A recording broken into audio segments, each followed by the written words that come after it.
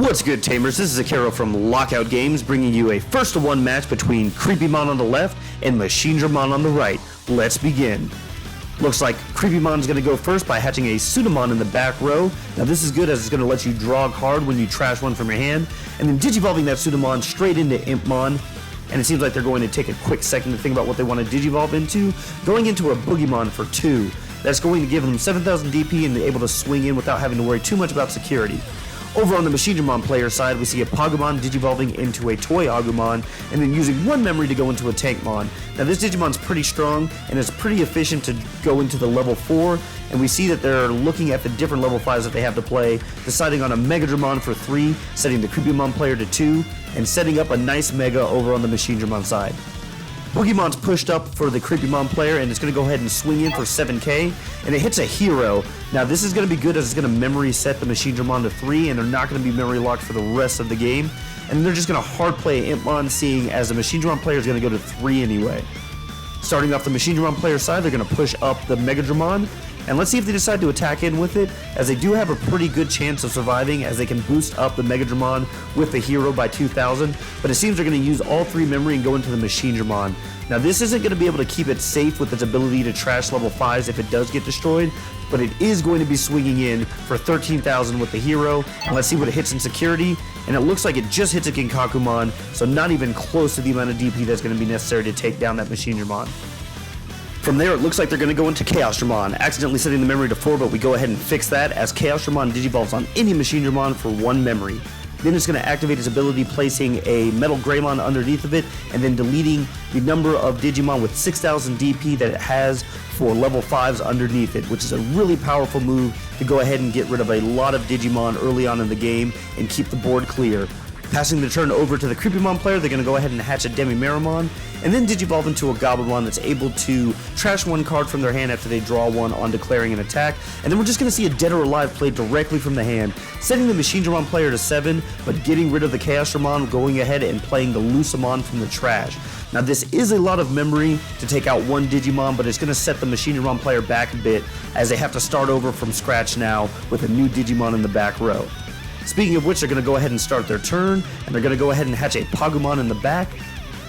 And right now they're looking through their memory, and that kind of shows that they might be thinking about playing a Machinedramon directly from their hand, and if they have 5 level 5s, they're going to be able to place those underneath the Machinedramon, and it's only going to cost it 7, and we do see the Machinedramon hitting the field now, costing the original 12, and let's see what Digimon they put under it. It looks like we got a Metal Mamemon for the first one, a Metal Greymon from the Classic Collection, Megadramon to give it blocker, another Megadramon to give it plus 2,000 DP on the Machinedramon player's turn, and let's see what they finish it off with.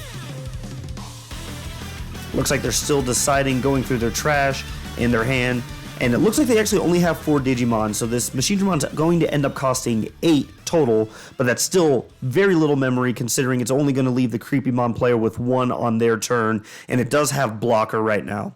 So starting the Creepymon player's turn, they're going to go ahead and push up the Gabumon. Not able to swing it super freely right now, but they do go in with the Lucemon, and it's going to hit a Tankmon, only 6,000 DP, so that's not going to affect the Lucemon at all.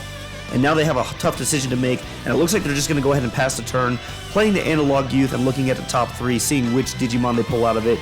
It looks like they grab a Cerberusmon Werewolf mode, the rest of the 2 going to the trash, one of them being a Jackraid, which is really unfortunate, but they might be able to pull that back with a Matt Ishida later on. Passing the turn over to the Machinedramon player, we see a Chumon getting Digivolved on top of the Pagumon, and then another Tankmon on top of that. Once again, just 1 to Digivolve is super efficient, and in this deck that really helps get to the Mega level and the Ultimate level as quick as possible. But now the Machinedramon's going to go ahead and swing in, and it's 11k right now, but with the Metal Mamemon underneath, it's able to just delete the Gabumon as it does cost 5 or less. And we do see that they actually switch it up and go for the Boogeyman, as the Boogeyman only costs 5 as well, which is kind of unfortunate for the Creepymon player. The Gabumon staying on the field, and then swinging into the Lucemon, giving it the plus 2,000 to make it a 13k Digimon that does have piercing, and it's going to take out another security for the Creepymon player. So this Machinedramon is just running rampant on the field right now, laying waste to both Digimon and security, and then we see it Digivolving right back into Chaosdramon for 1, placing a BT-8 Metal Greymon underneath it, so now it's able to attack opponents' unsuspended Digimon as well. And they still have 1 memory to work with a turn, so let's see what they decide to play. and they go with an Analog Youth. So they're going to look at the top 3 cards of their deck and pull one Digimon out of it, and it looks like they go ahead and pull another Chaosdramon, showing that they have another Machinedramon in their hand, and they leave their opponent with 1 memory. Starting off their turn, they're going to go ahead and Digivolve into a Sunamon. And at this point, the Creepymon player has a bit of catching up to do, as the Machinedramon player has a decent board on the field, and it looks like they just passed a turn, giving them 3 memory. So they're going to go ahead and promote the Tankmon right now. 2 pretty strong Digimon on their side of the field and a decent amount of memory to work with. They swing in with the Chaosdramon right now, and they're going to hit a Dead or Alive. So this is really going to help out the Creepymon player, as they're able to bring back a Lucamon and get rid of the Chaosdramon. Now, Analog Youth is going to get suspended for this. They're going to be able to hatch and get 1 memory, so it is a decent trade-off, as they have a lot of memory to work with and a level 3 that they can Digivolve on top of. But it looks like they're going to go ahead and play a Haguramon for 3, trashing a Metal Mamemon so that they can draw 2 cards. Now, this is just a lot of draw power from 1 Digimon, and they're able to set up the field with more. Swinging in for 6k with the Tankmon, and it's going to hit a Madashita. So let's see what the Creepymon player decides to bring back from their trash, and it looks like they're going to go ahead and grab a Gabumon. So this is showing that they need some sort of level 3, because they don't have one in their hand right now. Speaking of level 3s, we do see the Chumon getting Digivolved on the Machinedramon player side, and then going into a Guardramon on top of the Haguramon. The Machinedramon player representing a bit more defense at this point, as they are ahead with 3 security, and the Creepymon player only has 1 with a Lucamon on the field. So we see that Gabumon getting Digivolved on top of the Sunamon in the back row, and at this point the Lucamon's going to go ahead and swing in, trying to hit the Tankmon, and the Machinedramon player is going to go ahead and let that happen.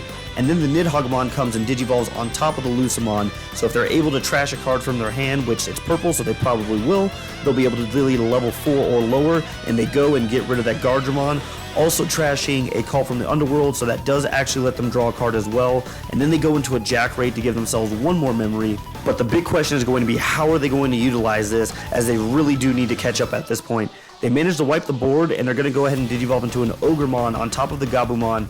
This is going to be able to check multiple security if it lives when they trash a card on attacking.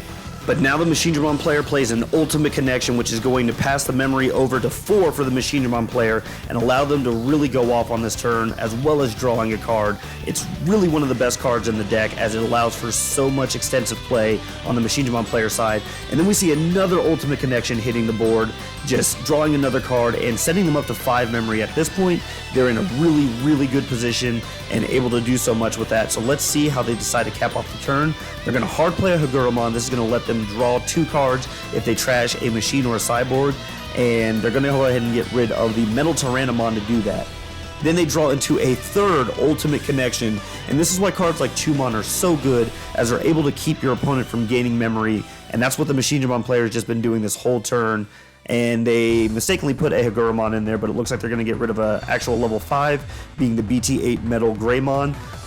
And hitting the field for the 3rd time is going to be Machinedramon. Let's see what Digimon they put underneath of it, as their trash is pretty full with level 5s, and at this point they can make their custom Digimon that can just about do whatever they need to finish off the game. It looks like we have a Metal Tyrannomon, a Metal Greymon, another Metal Greymon with Piercing, the Megadramon for Blocker, and a little bit of thinking as they decide what is the final level 5 that they're going to put at the bottom of the stack. But at this point it's super powerful, as it has Reboot, able to attack unsuspended Digimon, Piercing, Blocker, and finally it's going to have plus 2000 DP on their turn. So this is just a beast of a level 6, able to do a bit of anything, and if it gets deleted, it is able to trash 2 of its level 5s to keep itself alive. I really enjoy Machinedramon. It is absolutely one of my favorite cards to have come out of the Classic Collection, or just to be printed in general. But passing over the turn to the Creepymon player, they have 5 memory. They're going to go ahead and promote the Ogremon, and let's see if it's actually able to get past the Machinedramon to attack the security. But instead they Digivolve into Cerberusmon, which is going to be able to draw them 2 cards and trash 1 if it is deleted. I'm not sure what cards they have in hand that they might be able to use to get rid of the Machinedramon, as another Dead or Alive will pass the turn, and none of the Digimon are able to just directly swing over the Machinedramon, and they only have 2 memory at this point, so they can't actually Digivolve into a Mega without passing a turn, and then just having 3 Digimon swinging back on their 1 security. So it looks like the Creepymon player is kind of stuck right now with not a lot of outs, and it seems like they're just counting and talking about the current situation. But with that, the Creepymon player is going to go ahead and concede, as there isn't really anything that they can do to get past Machinedramon. That was a pretty heated battle, but it seems like Machinedramon was just able to control the board a bit better, getting rid of a whole bunch of the Creepymon players' Digimon, and being able to play defense at the same time, which is a very powerful combination.